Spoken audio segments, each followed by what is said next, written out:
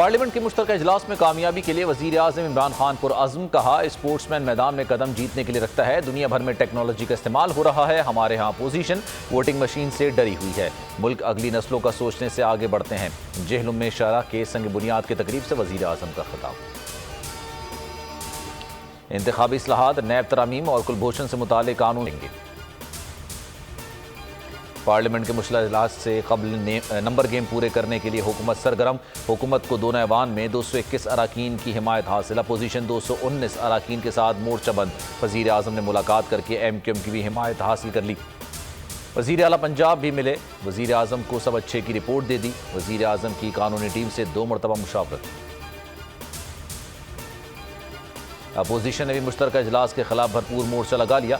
शहबाज शरीफ की अहम अपोजिशन रहनुमाओं से मुशावरत, कहा कल पूरी कुव्वत से सिया कवानीन का रास्ता रोकेंगे। हमजा शहबाज की भी परवेज़ इलाही से मुलाकात। मौलाना फजल रहमान कहते हैं कि 19 नवंबर से पहले कानून साजी की जल्दी क्यों है, मामला मशकूक है। राना शमीम के बयान हल्फी का केस इस्लामाबाद हाई कोर्ट में समाअत। साबिक चीफ जज GB मीर शकील रहमान, आमिर गौरी और अंसार अब्बासी समेत दीगर फरीकैन को तौहीन अदालत के नोटिस जारी। राना शमीम के बेटे ने अदालत को बताया कि वालिद साहब की तबीयत ठीक नहीं। कमरा अदालत ने वीडियो चलाने की राना शमीम के बेटे की दरख्वास्त भी मुस्तरद।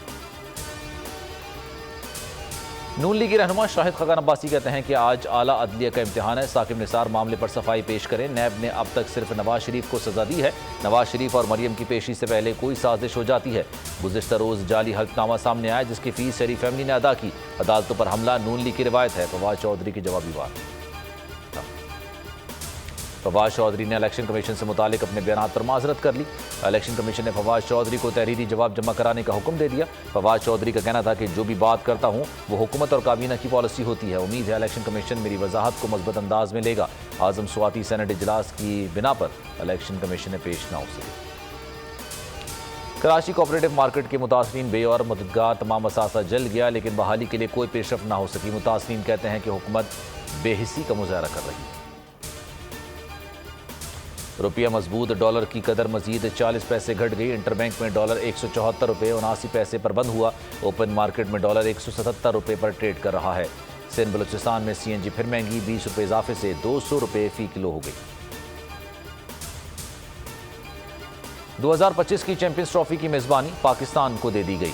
2024 की ICC T20 वर्ल्ड कप की मेज़बानी अमेरिका और वेस्टइंडीज़ के सुपुर्द। 2026 का T20 वर्ल्ड कप भारत और श्रीलंका में होगा। और नेपाल में कौमी हीरो अली सतपारा के बेटे साजिद सतपारा दिमागी तकलीफ का शिकार। माउंट एवरेस्ट का नया रूट ढूंढने की मुहिम में बीमार हो गए। फिलहाल इतना ही। मजीद खबरों और अपडेट्स के लिए आप देखते रहिए बोल न्यूज़ और विजिट कीजिए हमारी वेबसाइट bolnews.com। एक ब्रेक के बाद आप देख सकेंगे प्रोग्राम बस बहुत हो गया।